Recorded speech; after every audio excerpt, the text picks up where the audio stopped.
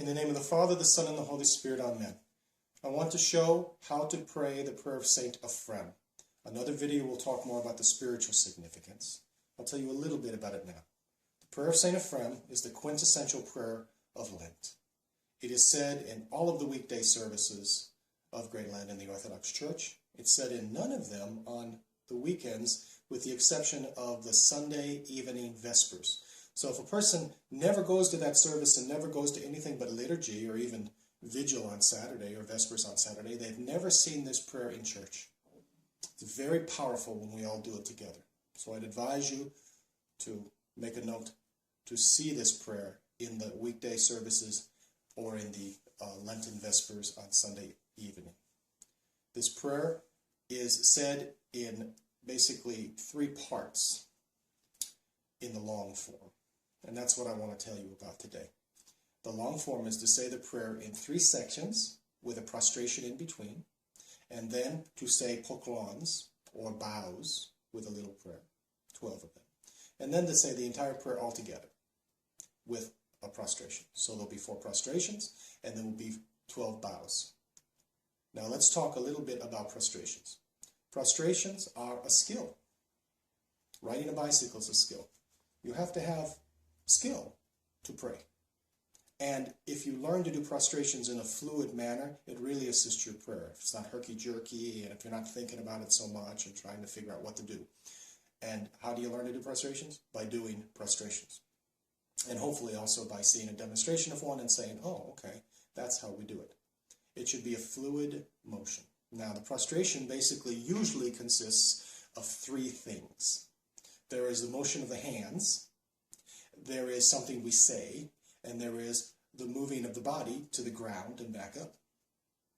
And this should be a fluid kind of thing. You start by making the sign of the cross. As you're making the sign of the cross, you say something usually, and then you, in one fluid motion, as you're completing the sign of the cross and probably completing what you're saying, come down to the ground on your knees, bow your forehead to the ground, and come back up. When you're doing the sign of the cross, of course, you have to have your fingers, or should have your fingers, in the traditional way. I'll tell you the way that most Orthodox Christians do. The Old Believer way is absolutely correct as well. This is the way that Russian Orthodox or Greek Orthodox would do. You put 3 fingers together, the thumb and the first 2 fingers, and that represents the Holy Trinity, Father, Son, and Holy Spirit. 3 persons, but united together, as the fingers are pressed together. These 2 fingers, the little finger and the other finger, are pressed down to the palm, and they represent the dual nature of Christ. He's God and man, and by coming down to the palm, it's sort of representing the incarnation, Christ coming down to the earth, becoming man. When you make the sign of the cross, you touch first your forehead, and then you go either to the breast or maybe below the breast to the belly, and then to the right shoulder, and then to the left shoulder. So I will show you the prostration with the poklons that are done in the middle of the prayer, because it's one fluid motion. Now, when you watch me prostrate, you don't have to do it my way. My way is because I've got a bad left knee. When I was younger, I would just pop up and down like a cork. Whatever you can do is fine. Just try to make it be fluid and prayerful. If you're not able to do a prostration because you're too weak, then use a chair to help yourself down. I have parishioners that do that. It's perfectly acceptable. If you can't do multiple prostrations in a row because it wears you out, then do 1 prostration, stay on the ground, and then kind of do a mini prostration in between, where you're kind of bowing down to the ground already on your knees. If your knees hurt when you do a prostration, then get a rug or some padding. Use your noodle, as my dad used to say. Don't let your physical infirmities just absolutely put the kibosh on doing prostrations. So here is a prostration. Sign of the cross. O God, cleanse me a sinner.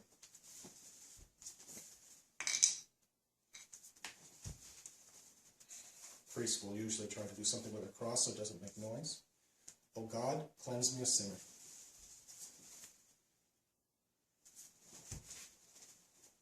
And that's it. You touch your forehead either all the way to the ground or close to the ground. You kind of come down in one fluid motion, and then you come back up. We generally, except for on Pentecost, do not generally pray on our knees. We come down, and then we come back up. That's a prostration. And let's do the Prayer of St Ephrem all together, okay? The long form, like I said, you say the prayer in 3 parts. You do a prostration in between each part, then you do 12 poklons, or bows, and then you do the whole prayer all together and do 1 prostration. 4 prostrations, 12 bows.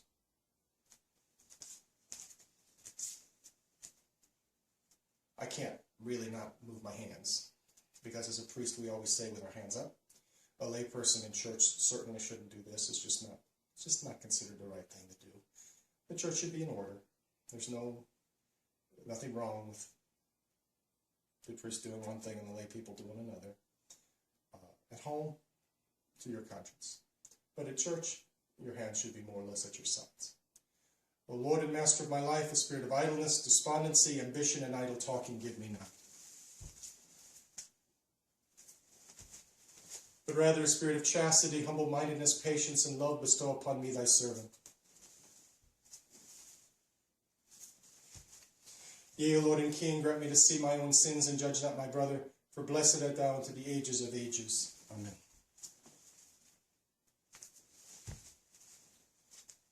O God, cleanse me, sinner. O God, cleanse me, sinner. O God, cleanse me, sinner. You do 12 of those. I just did 3. Then, the whole prayer all together.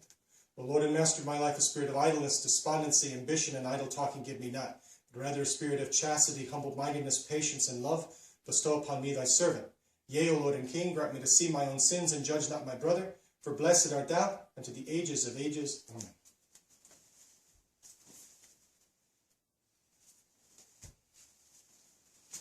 A few suggestions regarding this prayer. If you find yourself not praying very much, at least say this prayer in the morning. Say this prayer with your children together. Children love this prayer. Yeah, they'll be a little bit rambunctious and bounce up and down, but that really teaches them to pray. Children love to pray in a physical manner. So say the prayer with your children in the morning. Say it in the evening. Doesn't take very long. Maybe a minute, and it's a minute that is well spent. May God bless you and help you in all things.